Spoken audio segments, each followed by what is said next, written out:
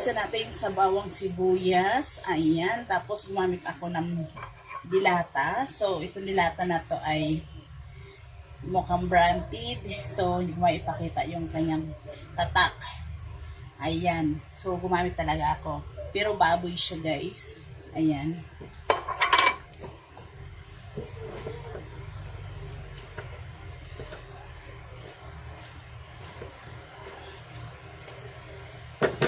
So, lagyan natin ng tubig to, guys.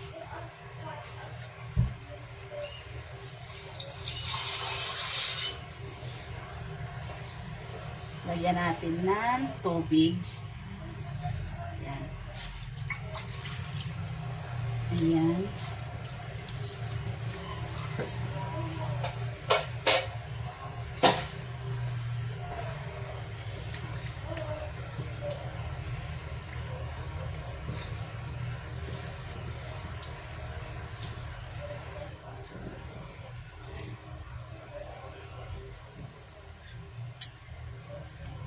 So, sabi.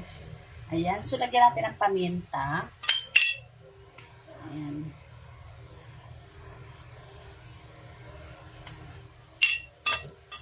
Ilagyan natin ng konting betchin na magkaroon ng lasa. So, dahil nawala ng lasa niya, dahil nilagyan mo nga ng tubig, so, mag-a-add na lang tayo.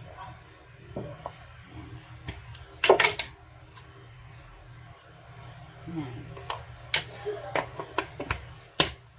Tapos, magalagay na lang ako ng, so, mas gusto ko patis.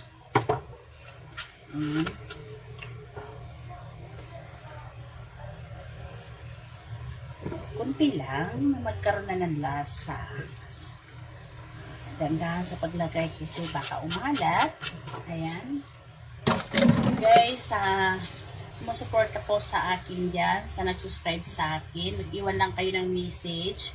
Mag-like po kayo para madali ko po kayong balikan. At saka, kahit di ko man kayo mabalikan ng isang araw, pero huwag kayong mag-alala dahil pag once na nag-check ako ng aking video, iniisa-isa ko po yun. Kung sino po ang nag-message doon, talagang binabalikan ko po yun. Kaya huwag kayong mag-alala, guys. Ayan. Pakukuluan muna natin, guys. Mama daw niya dito. Yan, guys. Masarap siya. Masarap pala, guys, pag ganito. Ayan. Maraming option na pwede mong gamitin dito. Pwede ka gamit ng sardinas, corned beef. Ayan, pwede yung chicken, pwede yung baboy. Ayan. So, ito, first time ko magluto ng ganito na imported yung sahog ko.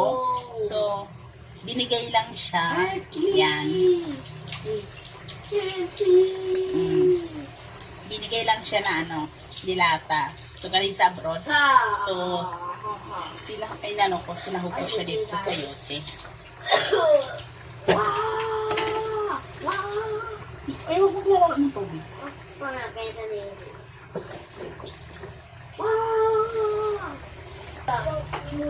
Oo. Kumain na, Frankie.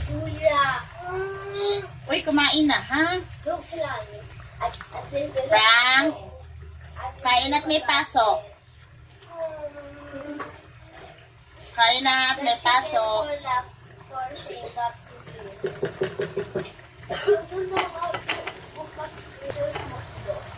Ayan, lutong-luto na guys.